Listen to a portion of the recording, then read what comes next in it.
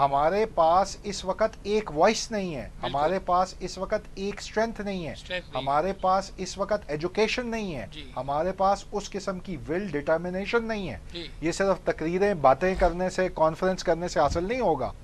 اس کے لیے باقاعدہ ہمیں ایسے لوگ چاہیے جو کہ اس کو واقعی ایک عملی جامہ پہنا سکیں. بالکل. ڈاکٹر صاحب آپ یہ بتائیں کہ یہ ساری ڈسکشن ہوئی, اس کو کنکلوڈ آپ یہ کریں کہ پاسٹ سے ہم کیا سبق سیکھ سکتے ہیں اور پریزنٹ میں اس کو کیا امپلیمنٹ کر سکتے ہیں اور فیوچر میں اس کا کیا ایڈوانٹیج اٹھا سکتے ہیں. مطلب میں اس تناظر میں یہ بات کروں کہ اب تک تو ایک دوسرے کو بلیم گیم ہی کی جا رہی ہے. جی درست بات ہے یہ کہ تاریخ اسی لیے ہوتی ہے کہ آپ اس سے سبق سیکھ کر اپنے مستقبل کے لیے پلاننگ کرتے ہیں, اپنے حال کو بہتر کرتے ہیں. اور یقیناً ہمارے اب جو ماضی ہے وہ اتنا تابناک نہیں, ایسا بھی نہیں ہے کہ ہم نے ترقی نہیں کی, ہم نے بے شمار شعبوں میں بہت ساری ترقی کی ہے. ہمارا جو ڈیفنس سسٹم ہے, اگر انڈیا سے ہمیں کوئی خطرہ لاحق ہوتا ہے تو ہمارا ایک سیفٹی کا سسٹم ہم نے ڈیولپ کیا, لیکن انفارچونیٹلی اس سسٹم کو ڈیولپ کرنے میں ہمارا سول ملٹری بیلنس جو تھا وہ ڈسٹرب ہو گیا. ہمارے جو سویلین انسٹیٹیوشنز تھے وہ اتنی ترقی نہیں کر سکے انفارچونیٹلی کہ وہ اسٹیٹ کے اندر ایک بیلنس سسٹم ہو. اور مثلاً 50% حکومتی اعداد و شمار کے مطابق 52% ہمارا لٹریسی ریٹ ہے, جو خطے میں کسی بھی عام غریب ملک کے مقابلے میں بہت کم ہے, ڈراسٹیکلی کم ہے. ہمارے ہاں ہیلتھ کا سسٹم نہیں ہے. تو ہمیں اس بات کو سوچنا چاہیے کہ ہماری ماضی کی پالیسیوں نے ہمیں کیا پے بیک کیا ہے اور اس میں ریولوشنری چینجز, اور میرا خیال ہے اس میں سب سے امپورٹنٹ چیز عوام الناس کی شرکت ہے. ٹرو ڈیموکریٹک سسٹم ہے. وقت کی کمی کے بات زیادہ گفتگو نہیں کر پائیں گے. آپ دونوں مہمانوں کا بہت بہت شکریہ. ڈاکٹر مقصود جعفری صاحب آپ کا بھی بہت بہت شکریہ. قائد اعظم نے جب پاکستان فورسز کو خطاب کیا تو انہوں نے کہا do not be afraid of death, our religion teaches us to be always prepared for death. We should face it bravely to save the honor of Pakistan and Islam. There is no better salvation for Muslim than the death of the martyr. For a righteous cause, do your duty and have faith in God. There is no power on earth that can undo Pakistan. آج کا programme دیکھنے کا بہت بہت شکریہ. اپنے میزبان نعیم سیدھی کو اجازت دیجیے گا. اللہ حافظ. پاکستان